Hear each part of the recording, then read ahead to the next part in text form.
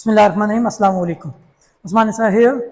Today I am going to teach you about summary writing. How to attempt this question. Students confused हैं, कुछ नहीं भी हैं. Summary writing मेरा तो ये मानना है बेटा कि this is the question जहाँ से आप बिल्कुल बासानी मार्क्स ग्रैब कर सकते हैं, आप ले सकते हैं और यहाँ से आपको मार्क्स लेने भी चाहिए क्योंकि this is very simple.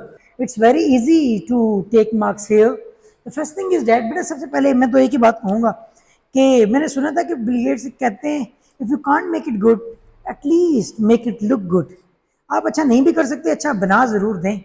इस बात से क्या ताल्लुक? वो ये है अगर आपको समरी राइटिंग कुछ नहीं पता, कम से कम एक काम ज़रूर कर दें and that is to short its length. आप समरी राइटिंग में पैसेज की लेंथ शॉर्ट कर दें. You have to minimise the length of your passage. अब यहाँ पे कुछ टिप्स हैं, कुछ ट्रिक्स हैं. एक चीज़ कि हमें पता चल गया कि हम इसे हमेशा शॉर्ट करेंगे. कितना short? You have to short in 1/3. आपने 1/3 करना है इसे. 1/3 मीन्स आपने 33% इसे लिखना है. 33% मीन्स समरी राइटिंग में अगर आपको 10 से 15 लाइन्स मिलती हैं, 15 लाइन्स को आपने मिनिमाइज करके आप सिर्फ 5 लाइन्स पे ले आएँ. अगर 18 लाइन्स हैं तो 6 पे ले जाएं. सिमिलरली अगर वहाँ पे 3 पैराग्राफ्स आते हैं, 3 पैराग्राफ्स को आप एक पैराग्राफ में से बना दें. सिमिलरली 3 पैराग्राफ्स में तकरीबन 15 से 18 सेंटेंसेस होंगे. So you have to change those 15 to 18 sentences into only 5 or 6 sentences. This is the first thing. पहली चीज़. सेकंड थिंग मैं तो यूँ कहूँगा समरी राइटिंग करने के लिए एक तो समरी और समरी के जो क्वेश्चंस हैं, सबसे पहले आप बजाय पैसेज पढ़ने के first you read the questions. आप सबके सब क्वेश्चंस को सबसे पहले पढ़ें. क्वेश्चन पढ़ लेंगे, जब आप समरी पढ़ते जाएंगे तो आपके वो क्वेश्चंस माइंड में पहले से ही हैं, आप उसे बहुत अच्छे तरीके से कंप्रीहेंड कर सकेंगे और उसे बहुत अच्छे से आप बता भी सकेंगे. So the second thing is that questions को रीड कर लें. So after reading all the questions then इसके बाद आप पैसेज को पढ़ें. पैसेज हो गया, पैसेज को फिर आप समरी लिखते हुए आप बहुत ही बेस्ट ट्रिक जो है, do not try to comprehend all the passage and then try to write in summary.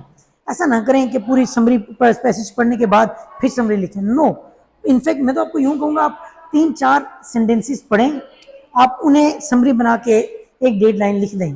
फिर इसी तरीके से नेक्स्ट 4 लाइन्स पढ़ें, उन्हें 1-1.5 लाइन लिख करके लिख दें. सो इस स्ट्रेटेजी को अपनाएं. सो शॉर्ट इन लेंथ करने के बाद उस सबको लिखें शॉर्ट. फिर बेटा सेकेंड थिंग, आप उनके कंटेंट वर्ड्स पे फोकस करें.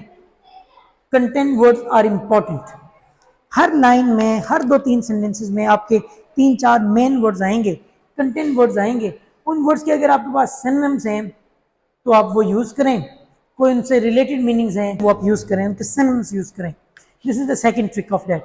फिर तीसरी चीज़ बेटा बहुत ही खास, आप कभी भी टेंस स्विचिंग ना करें. टेंस स्विचिंग जहर कातिल है.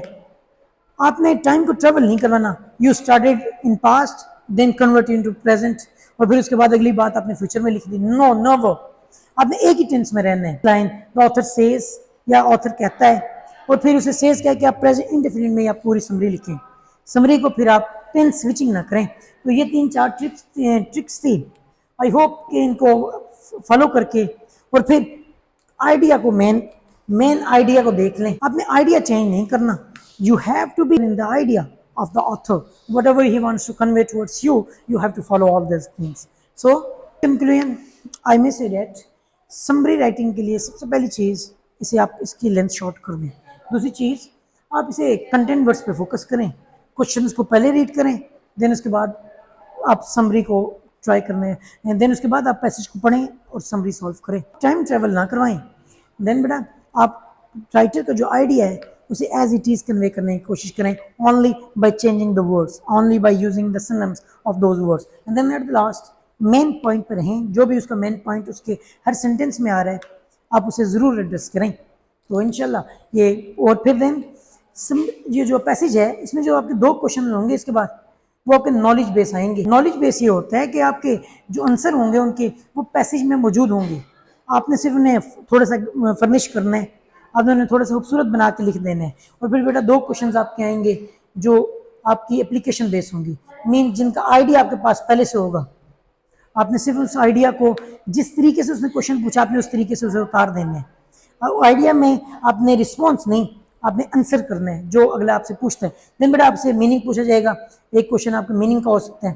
पेपर देते हैं तो आपका एक क्वेश्चन मीनिंग से, 2 एप्लीकेशन बेस्ड क्वेश्चन एंड 2 आपके नॉलेज बेस्ड क्वेश्चन होंगे, एंड देन समरी राइटिंग जिसपे मैं आपको इन डिटेल सारी चीज़ बता चुका हूँ। Thank you so much.